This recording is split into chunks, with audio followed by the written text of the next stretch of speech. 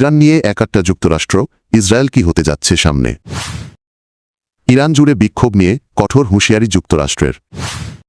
তবে কি এরপর মার্কিন যুদ্ধক্ষেত্র ইরান? বাংলাদেশের নির্বাচনে পর্যবেক্ষক পাঠাবে না জাতিসংঘ। ট্রাম্পের ভয়ে রাশিয়া থেকে তেল কেনা ব্যাপক হারে কমিয়েছে ভারত। ইসরায়েলের প্রধানমন্ত্রী বেনিয়ামিন নেতানিয়াহু বলেছেন, ইরানকে যেন আবার পারমাণবিক কর্মসূচি গড়ে তুলতে না পারে এবং ব্যালিস্টিক ক্ষেপণাস্ত্র শক্তিশালী করতে না পারে, এটাই তার সরকারের সর্বোচ্চ অগ্রাধিকার। সোমবার ইসরায়েলি পার্লামেন্ট নেসেটে দেওয়া ভাষণে নেতানিয়াহু জানান, ইরান ইস্যুতে যুক্তরাষ্ট্রের সঙ্গে ইসরায়েলের অবস্থান এক ও অটল। তিনি বলেন, ইরানের জন্য কিছু রেড লাইন নির্ধারিত আছে: ইউরেনিয়াম সমৃদ্ধকরণ বন্ধ করা, সমৃদ্ধ ইউরেনিয়াম দেশটির বাইরে পাঠানো এবং পারমাণবিক স্থাপনাগুলোর ওপর কঠোর নজরদারি নিশ্চিত করা।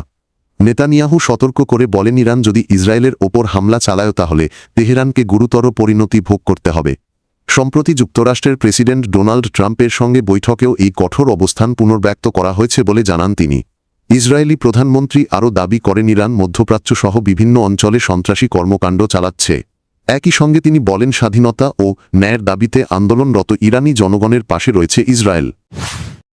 ভেনেজুয়েলায় সাম্প্রতিক মার্কিন অভিযানের পর ইরানকে কড়া হুঁশিয়ারি দিয়েছেন যুক্তরাষ্ট্রের প্রেসিডেন্ট ডোনাল্ড ট্রাম্প।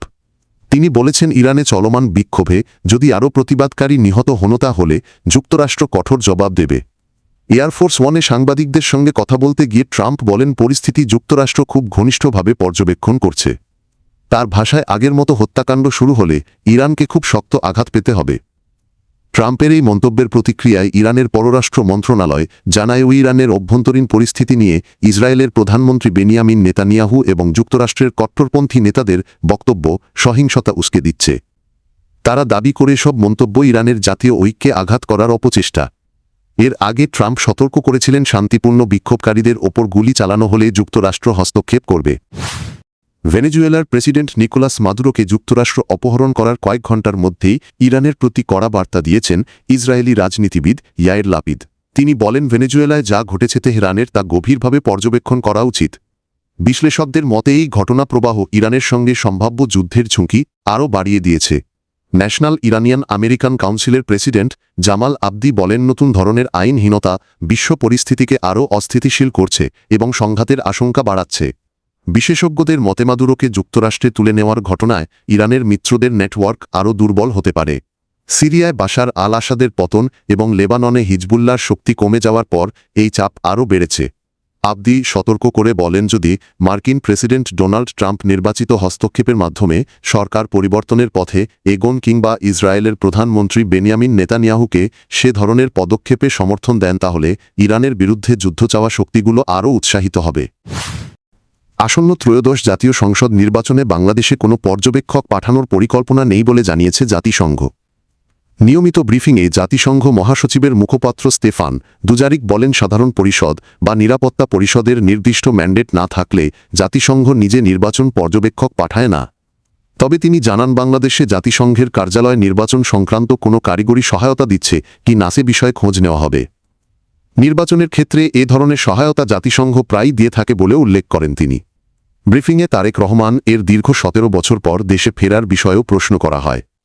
এ প্রসঙ্গে দুজারিক বলেন, জাতিসংঘ কোনো রাজনৈতিক ঘটনার মূল্যায়ন করে না। তবে বাংলাদেশের জনগণ যেন তাদের রাজনৈতিক মতামত অবাধে প্রকাশ করতে পারে সে প্রক্রিয়াকে জাতিসংঘ সমর্থন করবে। মার্কিন প্রেসিডেন্ট ডোনাল্ড ট্রাম্পের কঠোর অবস্থানের প্রেক্ষাপটে রাশিয়া থেকে তেল কেনা উল্লেখযোগ্যভাবে কমিয়ে দিয়েছে ভারত। ভারতের সবচেয়ে বড় তেল পরিশোধনাগার জামনগর রিফাইনারিতে গত 3 সপ্তাহে কোনো রুশ তেল প্রবেশ করেনি। এমনকি চলতি জানুয়ারি মাসেও রাশিয়া থেকে অপরিশোধিত তেল আসার সম্ভাবনা নেই বলে জানিয়েছে রিলায়েন্স ইন্ডাস্ট্রিজ। সোমবার এক বিবৃতিতে মুকেশ আম্বানির মালিকানাধীন এই প্রতিষ্ঠানটি জানায়, রুশ তেলের কোনো চালান সম্প্রতি জামনগরে আসেনি এবং শিগগির আসারও প্রত্যাশা নেই।